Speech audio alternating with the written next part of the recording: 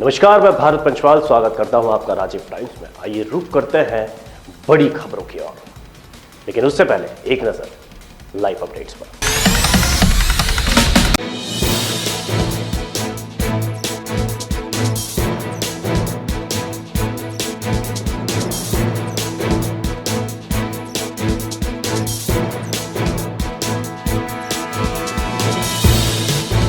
और अब खबरें जानते हैं विस्तार से। मध्य प्रदेश में मदरसों में हिंदू बच्चों को कुरान की तालीम दिए जाने के मामले ने तूल पकड़ लिया है। इस पर प्रदेश के शिक्षा मंत्री उदय प्रताप सिंह का बयान सामने आया। मंत्री ने कहा, मानव अधिकार आयोग से यदि नोटिस मिलेगा तो सरकार उसका अध्ययन करेगी। उन्होंने साफ शब्दों में कहा कि बच्चों को राइट टू एजुकेशन के तहत शिक्षा देना सरकार की प्राथमिकता है, लेकिन अगर किसी भी तरह की शिक्षा से बच्चों का भटकाव होता है तो सरकार इसे कतई बर्दाश्त नहीं करेगी। यानी सरकार चाहती है कि बच्चों के अधिकार सुरक्षित रहे और उनकी शिक्षा पर कोई आंच न आए। अभी हम लोग को जानकारी आई, अधिकारियों को उन्होंने कुछ नोटिस भेजे हैं जो मानवाधिकार आयोग ने, वो आएंगे, उसके हम लोग अध्ययन कराएंगे और 100% मानवाधिकार आयोग की जो मंशा है वही मंशा हमारी भी, क्योंकि मानव के अधिकारों का उल्लंघन नहीं होना चाहिए। आज जो राइट टू एजुकेशन है, हमारा शिक्षा का एक अधिकार है बच्चे का, वो शिक्षा का अधिकार उसको मिलना चाहिए, लेकिन वो शिक्षा से भटकाव उसे मिलेगा, ये कतई सरकार बर्दाश्त नहीं करेगी। इंदौर पुलिस लगातार यातायात को सुगम और सुरक्षित बनाने के लिए काम कर रही है। वरिष्ठ अधिकारियों के निर्देशन में पुलिस ने बीते 24 घंटे के भीतर नो एंट्री में घुसने वाले भारी वाहनों पर सख्त कार्रवाई की है। 1 अक्टूबर की सुबह तक पुलिस ने 19 वाहनों पर चालानी कार्रवाई की और करीब 90,500 की राशि शासन के खाते में जमा कराई। चालकों को चेतावनी दी गई है कि आदेशों की अवहेलना करने पर और भी कड़ी कार्रवाई की जाएगी। पुलिस प्रशासन ने जनता से भी अपील की है कि वे नियमों का पालन करें और शहर के ट्रैफिक प्रबंधन में सहयोग दें। इंदौर की केंद्रीय जेल में नवरात्रि महाअष्टमी के मौके पर रंगारंग सांस्कृतिक कार्यक्रम का आयोजन किया गया। इस दौरान जेल विभाग के महानिदेशक वरुण कपूर पत्नी सहित मौजूद रहे। बंदियों ने गरबा और भक्ति नृत्य प्रस्तुत कर सबका मन मोह लिया। खास बात यह रही कि खुद महानिदेशक वरुण कपूर और जेल अधीक्षक अलका सोनकर ने भी भजनों की प्रस्तुति देकर माहौल को भक्ति रस से भर दिया। कार्यक्रम के संचालन और समन्वय में जेल अधिकारियों और कर्मचारियों का विशेष योगदान रहा।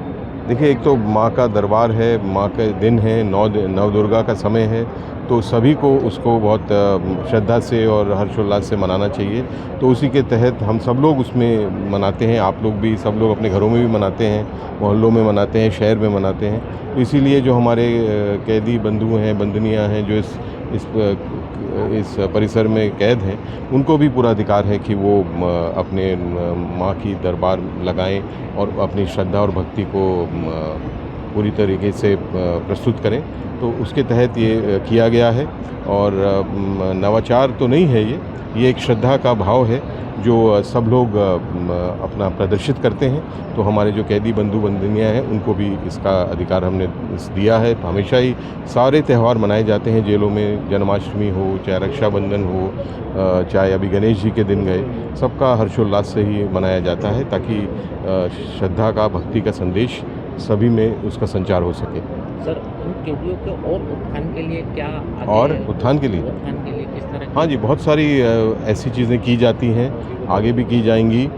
यहाँ पे भी इंदौर केंद्रीय जेल में अलगा जी के नेतृत्व में बहुत सारे कार्य किए जाते हैं। यहाँ पे फैक्ट्रीज़ हैं, बहुत सारे प्रोडक्ट्स बनाए जाते हैं। यहाँ पे बर्तन बनाए जाते हैं, मसाले बनाए जाते हैं। उसके साथ साथ शिक्षा भी दी जाती है हमारे कैदियों को, ताकि वो जो पढ़े लिखे नहीं हैं वो पढ़ लिख सकें, जो पढ़े लिखे हैं उनको और बेटर आगे पढ़ने का मौका मिले। तो ऐसे करके कई सारी चीज़ें हम निरंतर करते रहते हैं ताकि एक तो सुरक्षा बनी रहे इस कैदियों की, दूसरा उनका विकास भी हो सके, ताकि वो जब बाहर यहाँ से छूट के जाएं तो अच्छे नागरिक के रूप में समाज में अपना स्थान प्राप्त कर सकें।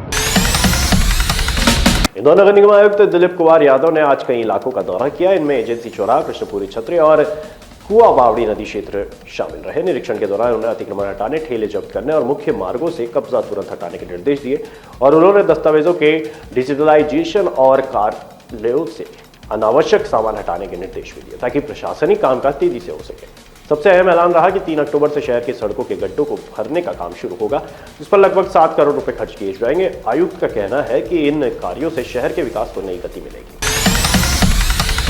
मध्य प्रदेश के आलोट में एक थोक किराना व्यापारी की प्रमोशन स्कीम ने उसे बड़ी मुश्किल में डाल दिया। व्यापारी ने बिस्किट पैकेट के साथ मुफ्त गुब्बारे देने की योजना बनाई, लेकिन उन गुब्बारों पर छपा था पाकिस्तान का झंडा और जैश आज़ादी 14 अगस्त। ये मामला आलोट से निकलकर राजस्थान के झालावाड़ तक पहुंचा और पुलिस तुरंत सक्रिय हुई। आलोट के व्यापारी दिलीप कामरिया से आपत्तिजनक गुब्बारे जब्त कर लिए गए हैं और पुलिस ने व्यापारी को हिरासत में लेकर इंदौर रवाना कर दिया है। इस मामले में खुफिया एजेंसियां भी जांच में जुट गई है। व्यापारी ने बताया कि उसने ये गुब्बारे इंदौर से खरीदे थे, लेकिन सवाल यह है कि आखिर इतनी बड़ी लापरवाही कैसे हो गई, ये सामग्री बाजार में पहुंची कैसे।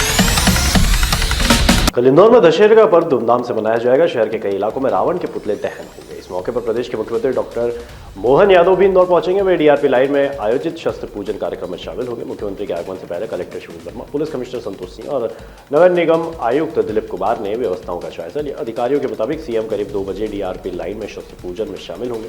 प्रशासन ने तैयारियों पर संतोष जताया है। डीआरपी लाइन में एसपी साहब, हमारे नगर निगम कमिश्नर साहब, पुलिस की पूरी टीम आज कल, जैसा हम सभी जानते हैं, माननीय मुख्यमंत्री जी का यहाँ पर कार्यक्रम संभावित है और माननीय मुख्यमंत्री जी यहाँ पर आकर दशहरे के उपलक्ष्य पर हम सबको मंगल कामनाएं आशीर्वाद देंगे और साथ ही साथ जो शस्त्र पूजन का कार्यक्रम है वो भी होगा यहाँ पर। तो उसी की पूरी तैयारियां देखी गई हैं, पूरे उत्साह के साथ पूरी टीम लगी हुई है और हम सब लोग माननीय मुख्यमंत्री जी के कार्यक्रम कराने के लिए तत्पर हैं। आरएसएस का भी जो है कल बड़ा प्रोग्राम होता है, संचालन किया जाएगा। क्या देखिए, जिला प्रशासन की तरफ से और हमारे सभी विभागों से तैयारियां उसकी हो गई हैं। रूट के लिए पूरी तैयारियां हुई, सुरक्षा व्यवस्था और बाकी अन्य व्यवस्थाएं कर दी गई हैं और जो भी संत का जो कार्यक्रम है संचालन का पूरे उल्लास के साथ और शांति के साथ बने, हम लोग इसके लिए तैयार हैं। कल विजयदशमी पर्व पे शस्त्र पूजन का आयोजन यहाँ पे किया जाएगा और जिसमें मुख्य अतिथि के रूप में माननीय मुख्यमंत्री महोदय रहेंगे। उसी की तैयारियों को देखने के लिए हम लोग यहाँ आए थे और जैसा आप देख रहे हैं कि तैयारियां चल रही हैं और कल जब ये कार्यक्रम होगा तब तक ये सारी चीज़ें सही प्रकार से भली भांति सुनिश्चित करा ली जाएंगी। कितने बजे होगा प्रोग्राम, क्या ये दोपहर 2 बजे के आसपास का प्रोग्राम होगा और उसी के हिसाब से सारी तैयारियां चल रही हैं और सारी तैयारियां अच्छे प्रकार से हो जाएं, उसके लिए हम लोग यहाँ पे आए थे और उसको सुनिश्चित किया जा रहा है। सर, आरएसएस का भी कल जो है संचालन निकलेगा, तो उसको लेकर क्या सुरक्षा व्यवस्था रहेगी?